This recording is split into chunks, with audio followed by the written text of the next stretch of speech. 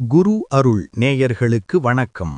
தமிழ் மாதங்களில் 12வது மாதமான பங்குனி மாதத்தில் வரும் உத்திரம் நட்சத்திரம் மிகவும் புனிதமானது. இது திருமண நாள் என்று போற்றப்படும் உன்னதமான நாள். தெய்வங்களின் திருமணங்கள் அதிகம் நடைபெற்ற இந்த நாளின் சிறப்புகளைப் பற்றி இந்த வீடியோவில் காண்போம். பங்குனி உத்திரம் என்பது வெறும் நட்சத்திர விசேஷம் மட்டுமல்ல, இது மங்கள நிகழ்வுகளின் சங்கமம்.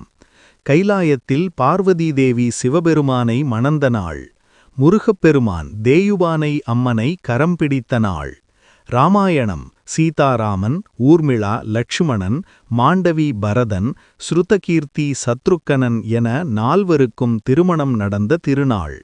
மகாலட்சுமி பார்க்கடலில் இருந்து அவதரித்து மகாவிஷ்ணுவின் மார்பில் அமர்ந்த நாள். ஐயப்பன் அவதரித்ததும் இந்த உன்னத நாளில்தான். இந்த நாளில் விரதமிருப்பது குடும்பத்தில் ஒற்றுமையையும் மகிழ்ச்சியையும் தரும்.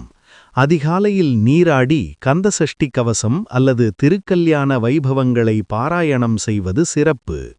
முடிந்தவரை அருகில் உள்ள முருகன் அல்லது சிவன் கோவிலுக்குச் சென்று திருக்கல்யாண வைபவத்தில் கலந்து கொள்ளுங்கள். ஓம் சரவணபவ அல்லது ஓம் நமசிவாய மந்திரங்களை ஜபிப்பது மன அமைதி தரும். இந்த விரதத்தை மேற்கொள்வதால் தடைபட்ட திருமணங்கள் கைகூடும்.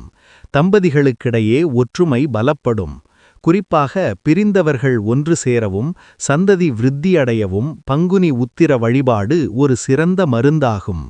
இந்த புனிதமான நாளில் இறையருள் உங்கள் அனைவருக்கும் கிடைக்கட்டும்.